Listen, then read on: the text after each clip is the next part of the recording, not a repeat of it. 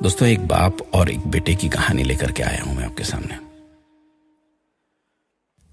एक बाप अदालत में दाखिल हुआ ताकि अपने बेटे की शिकायत कोर्ट में कर सके।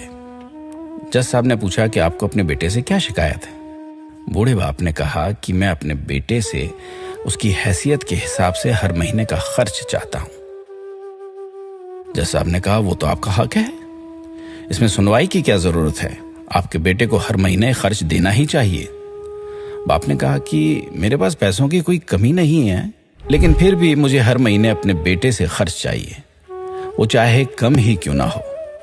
जज साहब ने आश्चर्यचकित होकर बाप से कहा, आप इतने मालदार हैं तो आपको अपने बेटे से पैसे की क्या आवश्यकता है।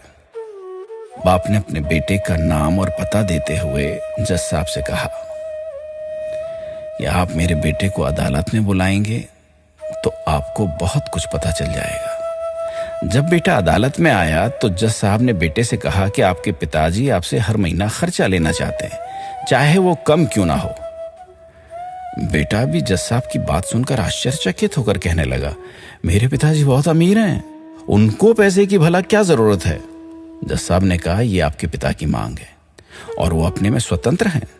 पिता ने जज साहब से कहा कि आप मेरे बेटे से कहिए कि वो मुझे हर महीने 100 रुपए देगा, और वो भी अपने हाथों से, उस पैसे में बिल्कुल भी देरी ना करेगा। फिर जज साहब ने बूढ़े आदमी के बेटे से कहा कि तुम हर महीने 100 रुपए बिना देरी के उनके हाथ में देंगे, ये आपको अदालत हुक्म देती है। मुकदमा खत्म होने के बाद जज साहब बूढ़े आदमी को अपने पास बुलाते हैं और कहते हैं कि अगर आप बुरा ना माने तो मैं आपसे एक बात पूछना चाहता हूं, आपने बेटे के खिलाफ ये केस क्यों किया? आप तो बहुत अमीर आदमी हैं और इतनी छोटी सी कीमत।